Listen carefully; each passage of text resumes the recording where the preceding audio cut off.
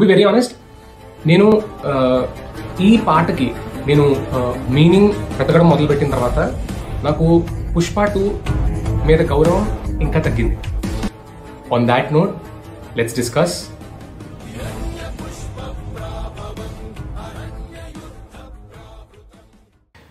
మనం జనరల్గా ఎవరితో అయినా మాట్లాడుతున్నప్పుడు కానీ ఎవరితో అయినా డిస్కస్ చేస్తున్నప్పుడు కానీ మన క్యారెక్టర్ని బట్టి, మన పర్సనాలిటీని బట్టి, మన ట్రేట్స్ని బట్టి మనకి ఒక్కో విషయం ఒక్కొక్క రకంగా అర్థమవుతూ ఉంటుంది. సో నేను ఈ పాట గురించి రీసెర్చ్ చేయడం మొదలుపెట్టినప్పుడు నేను I saw few meanings floating around. So నేను అప్పుడు ఆలోచిస్తూ అంటే ఇలా కూడా ఆలోచించచ్చా అన్న విషయం నాకు బాగా అనిపించింది అనమాట. సో జనరల్లీ ఏమవుతుంది అంటే ఒక పోయంని కానీ లేదా ఒక విషయం ఉంటుందా, ఆ విషయాన్ని మనం డిస్కస్ చేస్తున్నప్పుడు it is very subjective.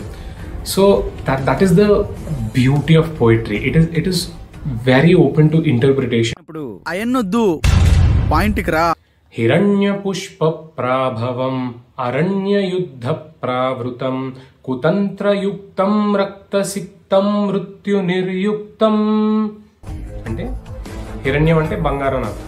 Okay, అడవిలో ఉన్న బంగారం గురించి తెలియగానే ఆ తెలిసిన విషయం యొక్క ప్రభావం ఎటువంటిది అని అంటే ఆ ఎర్రచందనాన్ని చాలాసార్లు మన హీరో కూడా ఇది భూమి మీద పూసే బంగారం రా అలా చెప్తూ ఉంటాడు అనమాట.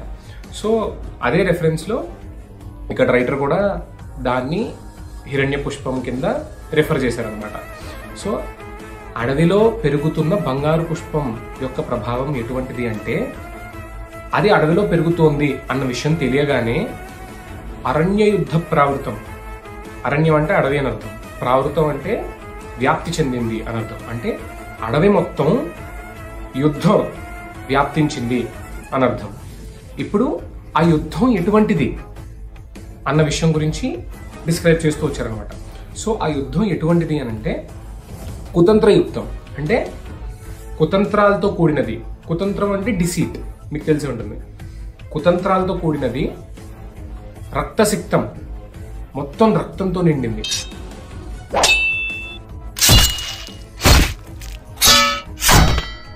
దాన్ని అనుసరిస్తూ ఇలా చెప్పారనమాట. రక్తసిక్తం అంటే మొత్తం రక్తంతో నిండింది.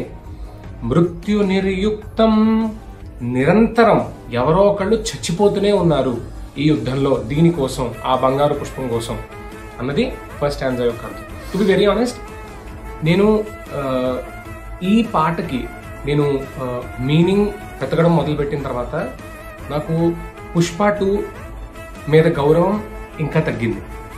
ఎందుకు అనంటే ఈ పాట ఎటువంటి సిచ్యువేషన్లో వస్తుంది అని అంటే పుష్ప షెకావత్కి వార్నింగ్ ఇస్తాడు. వార్నింగ్ ఇచ్చి లాస్ట్లో వాళ్ళిద్దరూ కూడా అలా నించుని ఎదురెదురుగా ఆ పర్టికులర్ పాయింట్ ఇన్ టైంలో వస్తుందన్నమాట. సో ఈ పాట వచ్చినప్పుడు కూడా ఈ పాట మొత్తంలో ఎలా చూపిస్తూ ఉంటారు అని అంటే వీళ్ళిద్దరూ these are 2 heavy weights. So మనల్ని పార్ట్ 2కి ప్రిపేర్ చేస్తున్నట్టు వీళ్ళిద్దరి మధ్య జరిగే బ్యాటిల్ ఏదైతే ఉంటుందో అది చాలా ఇంట్రెస్టింగ్గా ఉంటుంది. రెండు వైపులా కుతంత్రాలతో కూడి ఉంటుంది. ఒకళ్ళనేమో పులి కింద వర్ణిస్తారు, ఇంకొకళ్ళేమో సింహం కింద వర్ణిస్తారు. అసలు వీళ్ళిద్దరి మధ్య జరిగే యుద్ధం కోసమే మనం పుట్టాము అన్నట్టుగా ఈ పాట రాస్తారు. కానీ పుష్ప 2 చూసిన తర్వాత ఎద్దులో ఉన్న ఏడిస్తే దరిద్రంగా ఉంటుంది. I don't know, it just became very caricaturish after a point.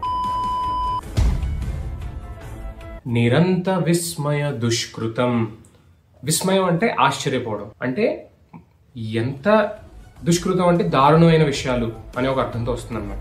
So ఎంత దారుణమైన విషయాలు వీళ్ళిద్దరి మధ్యన ఫైట్లో ఎంత దారుణమైన విషయాలు జరిగాయో తెలిస్తే మీరు ఆశ్చర్యపోతారు అని చెప్తున్నాడు.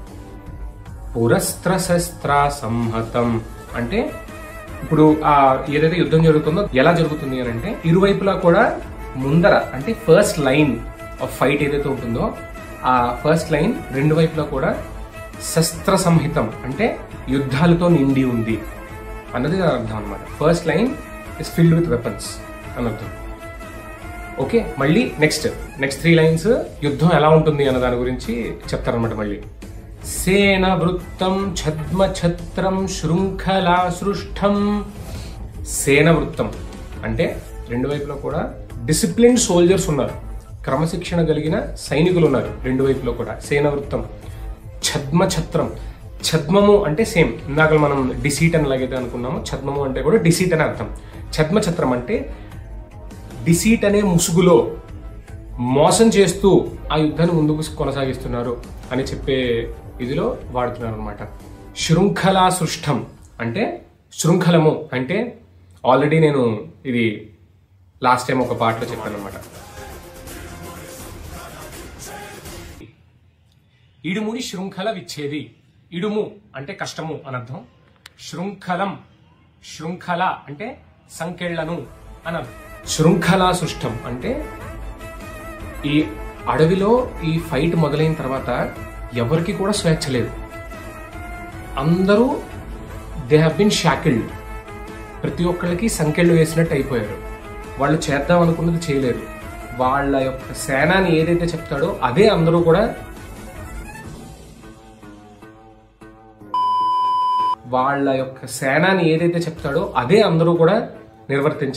నెరవేర్చాలి. So everyone loss their freedom అని అర్థం. నక్ర నాటక వక్ర ఘాతుక చక్ర వ్యూహ స్థావరం. నక్ర నాటకం అంటే మొసలి నాటకాలు అని అర్థం.